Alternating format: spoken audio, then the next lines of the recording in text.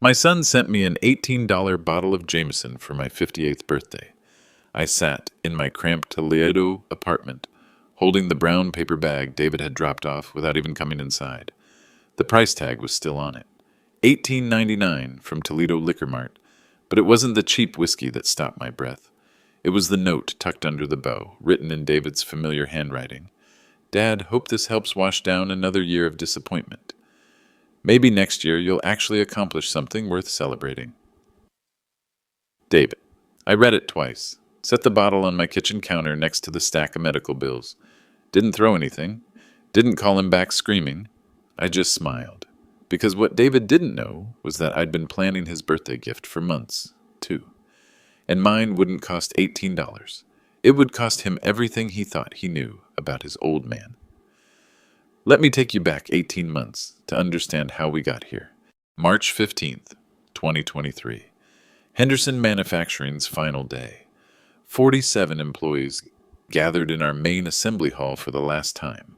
I'd built that company from nothing over 26 years.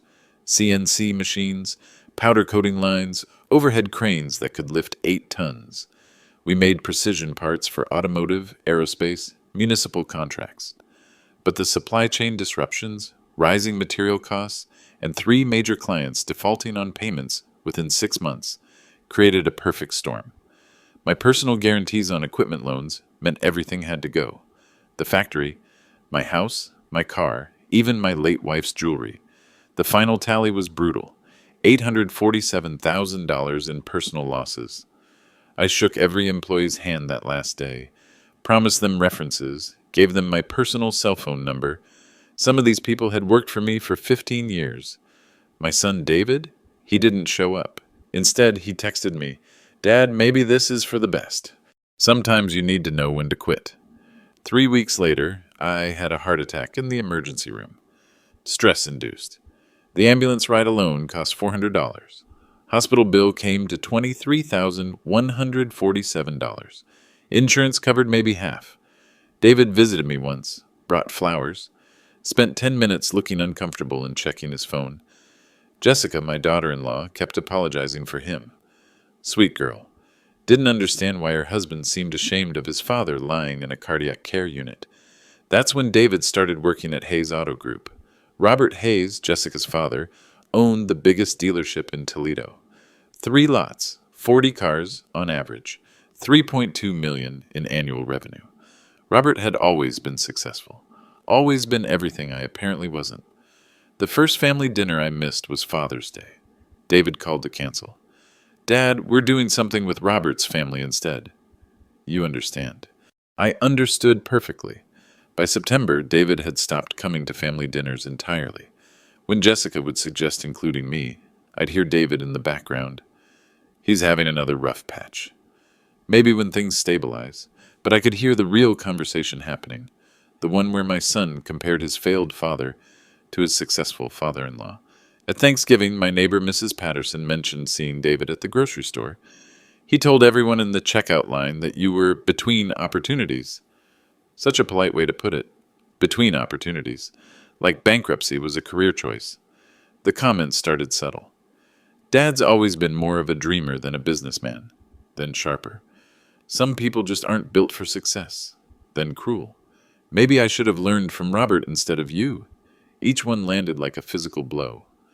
The worst part wasn't David's disappointment in me. It was watching him discover that being ashamed of your father in public got him sympathy. Attention. People would pat his shoulder and tell him what a good son he was for still caring about his struggling dad.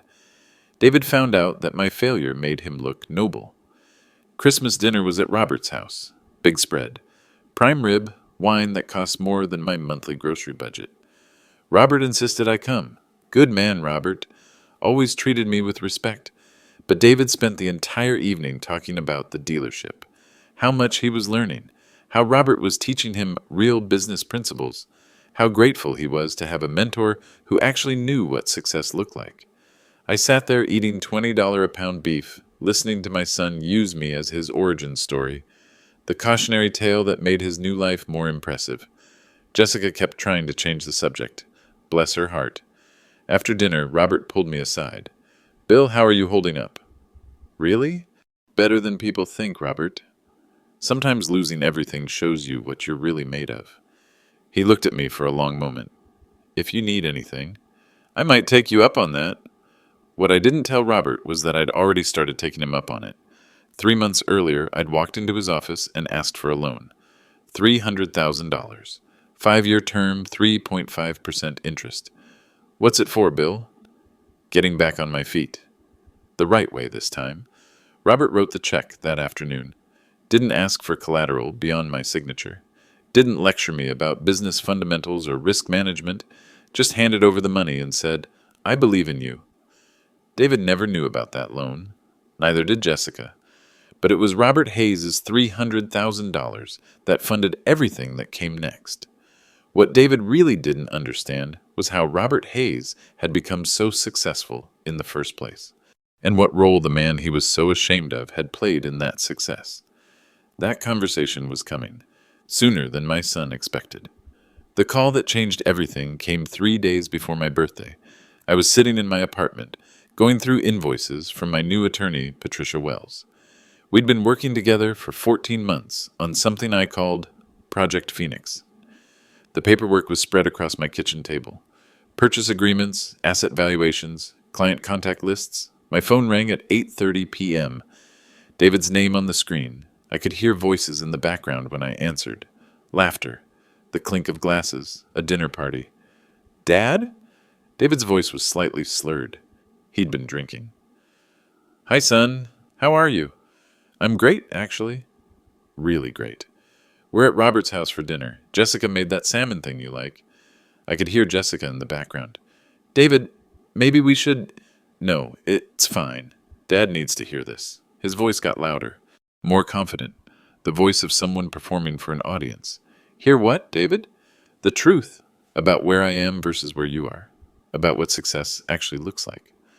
Robert's voice, distant but audible. David, that's your father. No, Robert. He needs to understand.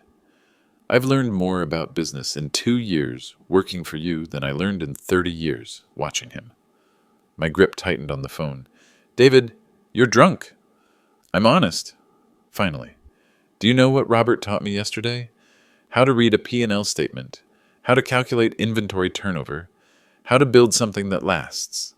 He paused for effect. Things I should have learned from my father, if my father had known them. Jessica again, closer now. David, please stop. Why should I stop? Someone needs to tell him. 58 years old, Dad. 58 years, and what do you have to show for it? An apartment you can barely afford and medical bills you'll never pay off. I could hear other voices now.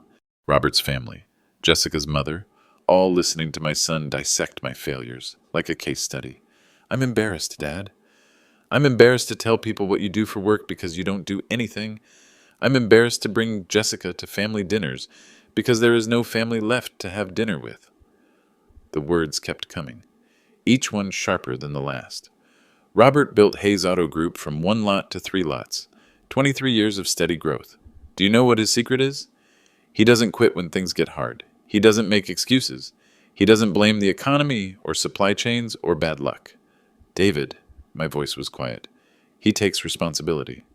He builds relationships. He treats business like the serious thing it is, not like some hobby that you can abandon when it stops being fun. Robert's voice, firmer now. David, that's enough. Is it enough, Robert? Because I don't think it is. I think someone needs to tell him that his son has found a better role model. Someone who actually knows what success looks like. Jessica was crying now. I could hear it in her voice. David, you're being cruel. I'm being honest. Dad, I won't be coming to your birthday party. Jessica agrees it's too depressing. We'd rather spend time with people who are actually building something. The silence stretched for 10 seconds, 20 seconds. I could hear everyone breathing. Finally, I spoke. Are you finished, son? Yeah, Dad, I'm finished. Good, because I have something to tell you. What's that? Happy early birthday to me. I hung up. For maybe 30 seconds, I sat there looking at my phone. Then I walked to my kitchen counter, picked up the bottle of $18 whiskey David had dropped off earlier that day, and poured myself exactly 1 finger. I raised the glass toward my reflection in the kitchen window. Here's to disappointment, Bill. May it teach your son everything it taught you. Then I made 2 phone calls. The first was to Patricia Wells. Patricia, it's Bill Thompson. I know it's late, but can you meet me tomorrow morning? We need to move up the timeline. How much are we moving it up? All the way up. I want to make the announcement Monday. Bill, that's 4 days away. The paperwork isn't completely... Make it work. I'll pay overtime to whoever needs to stay late. What changed your mind about the timing? My son just gave me the best birthday present I could have asked for. Complete moral clarity. The second call was to Robert Hayes' cell phone. He answered on the first ring. Bill? Jesus, I'm so sorry about David. He was way out of line. Robert, I need to ask you something. That dinner party's still going? Yeah, but... Is David still there? Yes, but Bill, he's embarrassed now. Jessica's furious with him. Perfect. Tell Jessica I'll see her Sunday. We're going to have that family dinner David mentioned. All of us together. Bill, what are you planning? Justice, Robert. I'm planning justice. Friday morning, 9 a.m. sharp. Patricia Wells's law office on Madison Street, downtown Toledo. 23rd floor, mahogany furniture, floor-to-ceiling windows overlooking the Maumee River. Patricia had been my attorney since the Henderson bankruptcy. Smart woman. Harvard Law, 20 years of corporate experience. She'd moved back to Toledo to raise her kids, but kept her big city skills. Bill, you sounded different on the phone last night. What happened? I told her about David's call. Every word, every insult. The audience of witnesses who heard my son demolish me for sport. Patricia listened without interrupting. Then she leaned back in her leather chair and smiled. So your son just gave us the perfect public relations setup? How do you mean? She opened the file folder that had been sitting on her desk. 14 months of work, hundreds of pages, purchase agreements, asset valuations, client commitments, financial projections. Project Phoenix is ready, Bill. Has been for 3 weeks. I was waiting for you to give the final go-ahead. She spread the documents across her conference table like a dealer laying out cards. Henderson Manufacturing, LLC. Purchase price, $2.8 million. Seller financing through Midwest Industrial Holdings. They've been sitting on these assets for 18 months, losing money on storage and maintenance. The building? Yours. 47,000 square feet. All the original equipment is still there. 4 CNC machines, 2 powder coating lines, overhead crane system.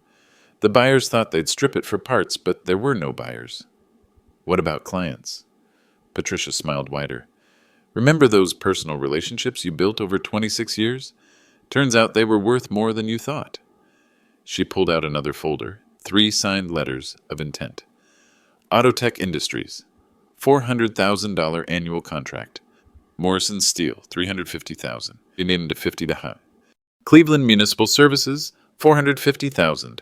She looked up at me. That's $1.2 million in committed revenue before you even open the doors. How is that possible? Because when you closed Henderson Manufacturing, these companies had to find new suppliers, more expensive suppliers, lower quality suppliers, suppliers who don't answer their phones at 7 p.m. when there's a problem on the production line. They want Henderson back? They want Bill Thompson back. There's a difference. I stared at the numbers. 18 months ago, I thought I'd lost everything. But what I'd actually lost was a business model that wasn't working. What I'd kept was something more valuable. Reputation. Patricia, there's something else I want to do. I'm listening. I want Robert Hayes as a partner. 30% equity. She raised an eyebrow. Your son's father-in-law? The man whose family just watched David tear you apart? Especially Robert. He loaned me the money that made this possible. $300,000, when every bank in Toledo had already said no. He doesn't know that's what the loan was for. He thinks it was to help me get back on my feet. He wasn't wrong. Patricia made notes on her legal pad. So you want to offer him partnership in a company that his son-in-law thinks is doomed to fail? I want to offer him partnership in a company that's going to make David eat every word he said last night. What about the announcement? How do you want to handle the public relations? I thought about David's audience, Jessica's family, Robert's friends, all the people who'd watched my son use my failures as entertainment. Toledo Blade. Front page, Monday morning. Full story. Local businessman returns, partners with respected dealership owner, commits to bringing back 40-plus manufacturing jobs. And David finds out how? Same way everyone else does. He reads it in the newspaper.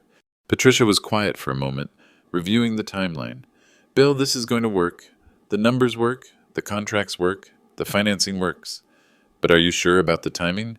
Monday is 4 days away. Patricia, for 18 months, I've been the cautionary tale David tells at dinner parties, the example of what happens when you don't have what it takes. And now? Now I'm going to be the example of what happens when you count out the wrong man. She closed the file folders and looked at me directly. What do you need from me? Call the Toledo Blade. Schedule the interview for Sunday afternoon. And call Robert Hayes. Tell him Bill Thompson would like to buy him dinner tomorrow night.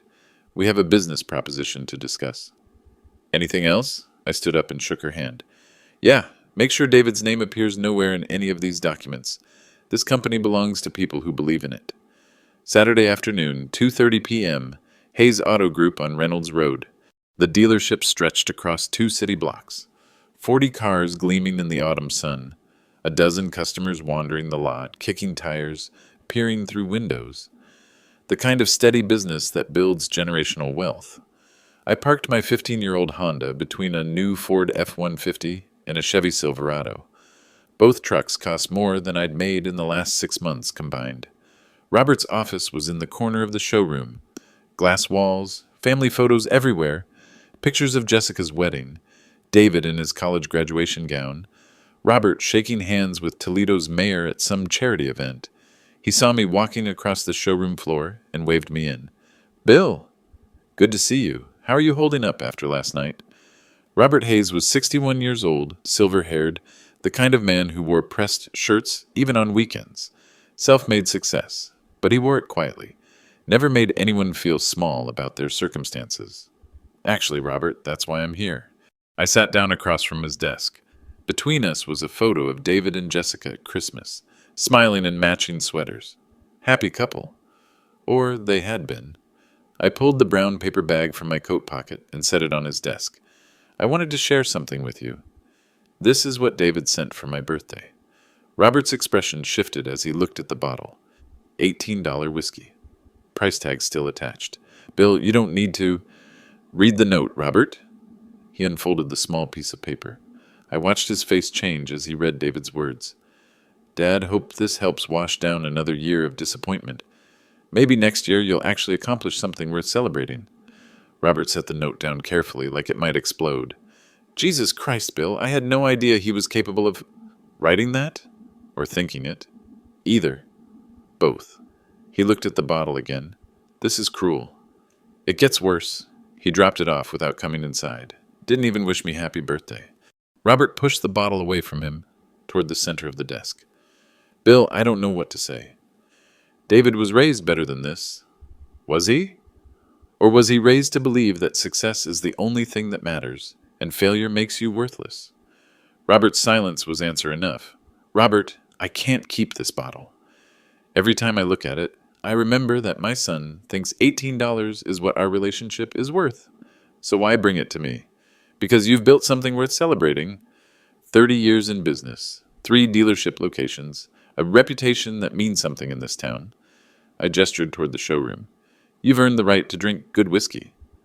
Bill, this isn't good whiskey. No, but it's honest whiskey, and right now I value honesty more than quality.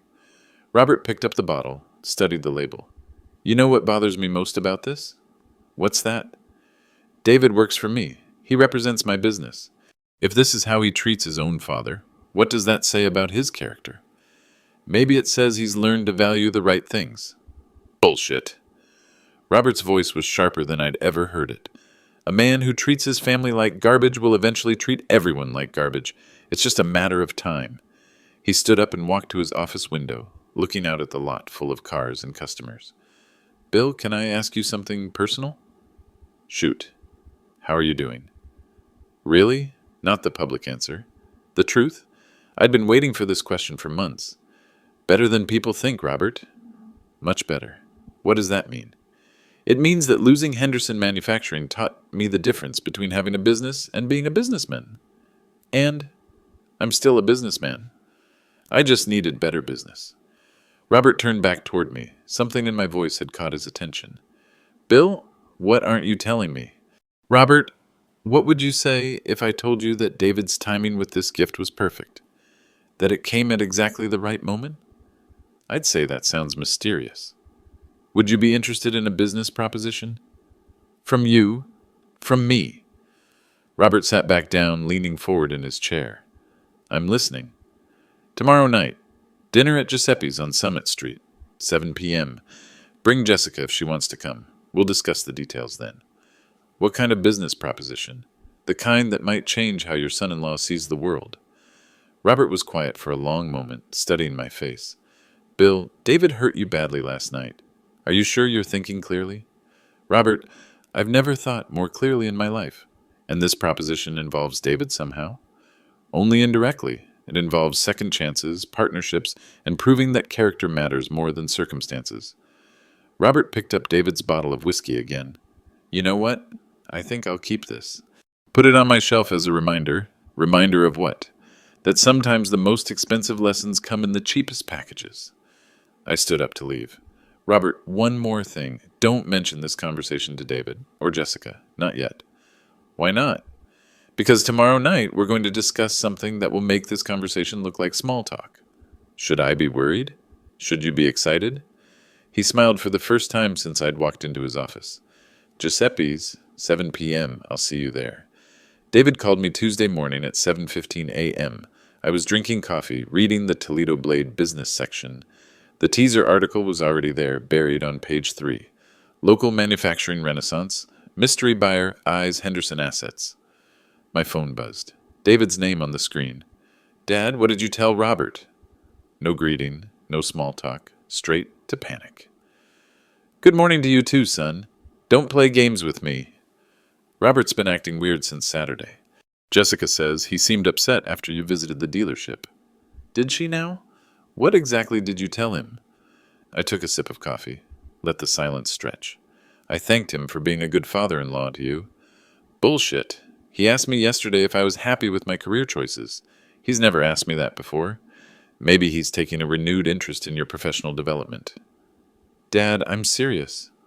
What did you say to him? David, I told him the truth. Which truth? That some people know how to build lasting success. Like Robert. Silence on David's end. I could hear him breathing. If you're trying to make me look bad, David, you don't need my help with that. What the hell is that supposed to mean? It means that your behavior speaks for itself. I don't need to editorialize. My behavior? My behavior? Dad, I'm successful. I work for the biggest dealership in Toledo. I have a beautiful wife, a nice house, a career with real potential. And how did you get all those things, son? I earned them. Did you? Or did you marry into them? The silence stretched longer this time. That's not fair. Fair? You want to talk about fair? Let's talk about your birthday gift. Let's talk about your phone call the other night. Let's talk about how you've treated the man who raised you since your mother died. Dad, you lost your company. You lost your house. You're living in a one-bedroom apartment and driving a 15-year-old car. Those are facts. Yes, they are. So what exactly am I supposed to be proud of? You could try being proud of the fact that I never gave up. Never gave up on what? You don't have a job, Dad. You don't have prospects. You're 58 years old and starting over with nothing. Starting over with nothing. That's an interesting way to put it. It's an accurate way to put it. David, let me ask you something. When you have dinner with Robert's family, do you feel successful? Yes. Do you feel like you belong there? Yes. Do you feel like you found the life you always wanted? Where are you going with this? I'm going toward the truth, David, which is that you've built your new life on the foundation of being ashamed of your old one. That's not. You've turned my failure into your success story. Poor David, with his disappointing father. Look how well he's doing despite his circumstances. People respect me, Dad. They pity you, son. There's a difference. The call went quiet again. When David spoke, his voice was different. Harder. You know what? Fine. If you want to set the record straight with Robert, go ahead. Tell him about your big comeback plans. Tell him about all your new opportunities. Let's see how that conversation goes. That's an interesting suggestion. Is it? Very interesting, because Robert and I are having dinner tomorrow night. What? Giuseppe's on Summit Street. 7 p.m. We're going to discuss the future. Dad, what are you planning? Justice, David. I'm planning justice. What does that mean? It means that tomorrow night, Robert Hayes is going to learn exactly what kind of man his son-in-law really is. I hung up the phone. 2 minutes later, it rang again. Jessica this time. Bill? It's Jessica. Can we talk? Thursday morning brought the first real tremor. Page 1 of the Toledo Blade business section. Manufacturing Renaissance targets Henderson building. Local investors' eye automotive parts return. The article was careful. No names mentioned yet. But anyone who'd lived in Toledo for the past 2 years would know exactly which building they meant. Henderson Manufacturing had been the biggest industrial closure in the city's recent memory. My phone started ringing at 8 a.m. First call, Danny Morrison from Morrison Steel. Bill, please tell me you're behind this Henderson thing. Why would you think that, Danny? Because if anyone could pull off bringing that place back from the dead, it'd be you. I appreciate the confidence. Is that a yes? That's a we'll see what happens. Second call, Linda Patterson, my neighbor. Bill, there's something on Facebook you need to see. I didn't have Facebook, so Linda read it to me over the phone. David's post from Tuesday night. Some people never learn.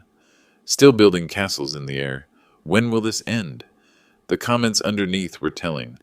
David, maybe show some support instead of shade. Your dad was always good to his people. Henderson closing was the worst thing to happen to Toledo manufacturing. What's wrong with you, man? But the comment that made me smile came from Maria Santos, one of my former Henderson employees. David Thompson, your father gave me 12 years of steady work and health insurance for my family. He shook every employee's hand on closing day and promised us references. Maybe you should remember that before you post this garbage. 43 likes on Maria's comment. 7 likes on David's original post. The tide was turning and David could feel it. Third call came at noon. Jessica. Bill, David's been impossible since your conversation yesterday. He keeps asking what you're planning with his father. What does he think I'm planning? He thinks you're going to embarrass him somehow. Make him look bad in front of Robert. Jessica, your husband doesn't need my help looking bad in front of your father. Bill, can we meet? Just you and me? I need to understand what's happening. Sunday dinner, Jessica. Everything will be clear Sunday. That's what Robert keeps saying, too. Your father's a smart man. Bill, are you and Robert planning something together? Jessica, do you trust your father's judgment? Of course. Then trust him on this. Fourth call, 2 p.m. Robert Hayes. Bill, did you see David's Facebook post? I heard about it. He's digging himself deeper. His own friends are calling him out. Robert, how are you feeling about tomorrow night? Excited, and a little nervous, if I'm being honest. Why nervous? Because whatever you're planning, it's big enough that you wanted me involved. That suggests consequences. Good consequences or bad consequences? That depends on whose side you're on. Robert, whose side are you on? Bill, I've known you for 8 years. I've watched you handle success with grace and failure with dignity. I've watched your son treat you like garbage for 18 months. Pause. I'm on the right side. Good. Because tomorrow night, we're going to find out exactly what that means. Fifth call, 4:30 p.m. Patricia Wells. Bill, the Toledo Blade wants to move up the interview. How far up? Tomorrow afternoon, Friday. They want to run the full story in Sunday's paper. Why the rush? Because Channel 11 got wind of the Henderson story. They're sniffing around. The Blade wants to break it first. Perfect timing. How do you want to handle the Robert Hayes partnership angle? Full disclosure, local businessman Bill Thompson partners with respected dealership owner Robert Hayes to revive Henderson Manufacturing. And David? David gets to read about it in the newspaper like everyone else. Final call, 7 p.m. David again. Dad, people are talking. About what? About Henderson Manufacturing. About you. There are rumors. What kind of rumors? That you're involved somehow, that you're trying to buy it back. David, what would you do if those rumors were true? They can't be true. You don't have that kind of money. What if I did? You don't. But what if I did? Long silence. Dad, if you're planning something stupid. David, I'm planning something brilliant. The question is whether you'll be smart enough to recognize it when you see it. What does that mean? It means you should read Sunday's newspaper very carefully. Dad, good night, son. See you soon. I hung up and smiled. Tomorrow would change everything. Sunday dinner at the Hayes house, 6:30 p.m. Robert's home was everything mine used to be. Two-story colonial, manicured lawn, three-car garage. The kind of place that whispered stability and success to everyone who drove past. I arrived early, carrying a leather portfolio that Patricia had prepared. Inside, every document that would matter in the next hour. Robert met me at the door. Bill, you ready for this? I've been ready for 18 months. Jessica was in the kitchen, making her famous lasagna. The smell reminded me of family dinners from better times. She hugged me when I walked in, holding on a little longer than usual. Uncle Bill, David's been so strange lately. Paranoid. Keeps asking what you and Dad are planning. What did you tell him? That maybe he should worry less about what other people are planning and more about his own behavior. Smart girl. I'd always liked Jessica. David arrived at 7 sharp, walking in like he owned the place, which in his mind he probably did. This was his territory now, his successful life. Dad. Curt nodded in my direction. Robert. Warmer greeting for his father-in-law. We sat down to dinner. Robert said grace. Jessica served the lasagna. For 10 minutes we managed normal conversation. Weather, football, local news. Then David made his move. So, Dad, people are saying you're involved with this Henderson manufacturing thing. Are they? Are you? I looked across the table at Robert. He gave me the slightest nod. David, what would you say if I told you that the rumors are true? I'd say you're delusional. Jessica put down her fork. David, that's enough. No, it's not enough. Dad, you lost Henderson Manufacturing. You went bankrupt. You lost everything. You can't just magically make it come back. Why not? Because you don't have the money. I opened my portfolio and pulled out the first document. Bank statement from Toledo First National. Account balance, $437,000. David stared at the paper like it was written in a foreign language. Where did that money come from? Careful planning and good friends. What friends? I looked at Robert. He smiled and nodded again. Robert, why don't you tell David about our loan agreement? Robert reached into his jacket pocket and pulled out a folded document. $300,000. Loaned to your father 14 months ago. 5-year term, 3.5% interest. Every payment made on time. David's face went white. Dad borrowed money from you. He did. For what? To get back on his feet. Robert's voice was steady.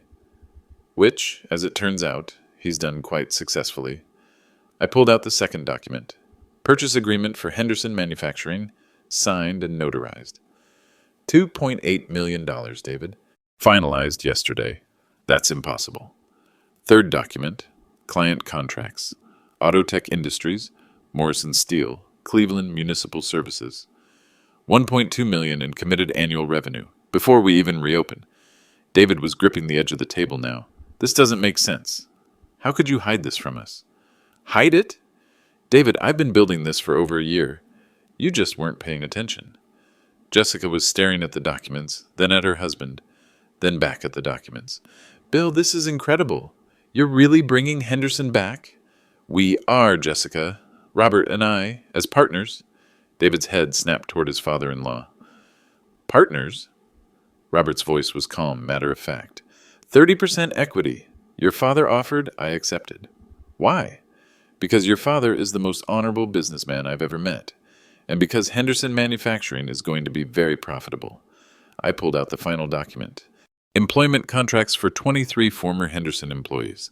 All signed, all ready to start Monday morning. David, do you remember when you said I should ask Robert for tips about real success? Dad? Well, I did ask him. And you know what he told me? He told me that the secret to success isn't avoiding failure. It's how you handle failure that defines whether you're built for success. Robert nodded. Your father handled failure better than most people handle success. David was quiet for a long moment. When he spoke, his voice was smaller than before. So what happens now? Now? Now you get to watch your disappointing father employ 43 people, generate millions in revenue, and prove that character matters more than circumstances. And me? That depends entirely on you, son. Jessica reached across the table and squeezed my hand. Bill, I'm so proud of you. Thank you, Jessica. That means everything. David didn't say another word for the rest of dinner. Monday morning, 7:30 a.m., the Toledo Blade hit doorsteps across the city with a front-page story that changed everything. Henderson Manufacturing returns. Local legend. William Thompson announces $2.8 million acquisition, partners with Hayes Auto Group owner. The photo showed me and Robert shaking hands in front of the Henderson building. Both of us smiling. Both of us looking like men who'd just made the deal of a lifetime. My phone started ringing at 7:45. By 8 a.m., I'd talked to 6 former employees, 4 potential clients, and 2 reporters from competing newspapers. At 8:15, David called. Dad, what the hell is this? It's called journalism, son. You should try reading it. You made me look like an idiot. David, I didn't have to make you anything. You accomplished that all by yourself. Everyone's going to know that I was wrong about you. Everyone already knows you were wrong about me. The question is what you're going to do about it. He hung up. At 9 a.m., I drove to Hayes Auto Group. I needed to talk to Robert about our first official day as partners. What I found instead was a parking lot full of cars, and a crowd gathered around the showroom entrance. David's voice carried across the lot. He was standing near the main entrance, facing a group of customers, employees, and what looked like half the neighborhood. His voice was loud, agitated, desperate. This is insane. My father is a failed businessman. He lost everything. You can't seriously believe he can make Henderson work. I parked and walked toward the crowd. People were staring at David like he'd lost his mind. Mrs. Patterson, my neighbor, was there. David Thompson, what is wrong with you? Your father was the best boss I ever had. That was 20 years ago. Character doesn't expire, son. This from Jim Brady, retired from Henderson's Quality Control Department. Your dad shook my hand every Friday for 15 years, knew my kids' names, came to my wife's funeral. David's face was red now. That doesn't make him a good businessman. Actually, it does. Robert's voice cut through the crowd like a knife. He was standing in the doorway of his dealership, arms crossed, watching his son-in-law implode in public. Robert, you can't be serious about this partnership. I've never been more serious about anything in my life. The crowd was growing. Hayes Auto Group employees, potential customers, former Henderson workers who'd heard about the announcement. Even Channel 11 had shown up with cameras. David spotted me walking toward the group. There he is. Ask him. Ask him how he's going to pay for this when he couldn't even afford his mortgage 2 years ago. I stopped about 10 feet from the crowd and smiled. David, would you like to know how I'm paying for it? Yes. I pulled the loan documents from my jacket pocket. With money your father-in-law loaned me. $300,000. 14 months ago. The crowd went silent. You see, son, while you were busy being embarrassed by your failed father, your father-in-law was investing in your failed father's future. David turned to Robert, betrayal written all over his face. You knew? This whole time you knew he was planning this? I knew he was a man worth investing in. The rest he accomplished on his own. This is unbelievable. What's unbelievable, David? Jessica's voice came from behind the crowd. She'd arrived and was pushing her way through. That your father succeeded? Or that you were wrong about him? Jessica, you don't understand. I understand perfectly. I understand that you've spent 18 months tearing down the man who raised you.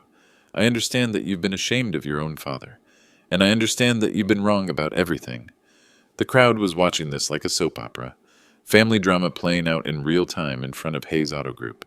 David made one last desperate play. Fine. Choose the loser over your own family. Robert, you'll lose everything when this fails. Mark my words. That's when Maria Santos stepped forward. Maria, who'd worked Henderson's shipping department for 12 years. David Thompson, your father gave me steady work when nobody else would hire a single mother with no college degree. He paid for health insurance when my daughter needed surgery. He shook my hand when he had to close the company and told me it wasn't my fault the economy collapsed. Her voice got louder. Your father's twice the man you'll ever be, and if you can't see that, you don't deserve to call him family. The crowd murmured agreement. David was surrounded by people nodding, people who remembered Bill Thompson as a man who treated his employees like human beings. This is ridiculous. All of you are living in the past. No, son. My voice was quiet, but it carried. You're the one living in the past. You're living in the past where I was a failure and you were ashamed of me. But that past is over. I pulled out the final document, the one I'd been saving. Employment roster for Henderson Manufacturing, reopening edition. 23 former employees returning to work. Maria Santos, shipping supervisor. Jim Brady, quality control manager. Danny Morrison's company, primary steel supplier. I looked directly at David. 43 jobs, son. 43 families with steady paychecks again. 1.2 million in annual revenue. Partnership with the most respected businessman in Toledo. The crowd was watching David, waiting for his response. And you know what the best part is, David? None of this happened because I stopped being your father. It happened because I stopped letting that excuse your behavior. Jessica walked up to her husband, in front of everyone. David, I'm going to my parents' house. When you're ready to apologize to your father and mean it, you can call me. Until then, I don't want to see you. She kissed me on the cheek and walked away. David stood there for a moment, looking around at the faces surrounding him. Customers who'd lost respect for him, employees who worked for his father-in-law, former Henderson workers who remembered what loyalty looked like. This isn't over, Dad. Yes, it is, son. This is exactly what over looks like. David got in his car and drove away. The crowd started to disperse, but people kept coming up to shake my hand, to congratulate me, to tell me they were glad Henderson Manufacturing was coming back. Robert walked over and put his hand on my shoulder. Bill, I have to ask you something. What's that? Did you plan for it to happen like this? In public? With all these witnesses? I looked around at the people still milling around the parking lot. People who'd watched my son try to tear me down one more time, only to watch him destroy himself instead. Robert, I planned for David to reveal his character in front of the people whose opinions matter. Mission accomplished. What happens now? Now we go to work. We've got a company to run and people to employ. And David will figure out who he wants to be, but he'll do it without using me as his excuse.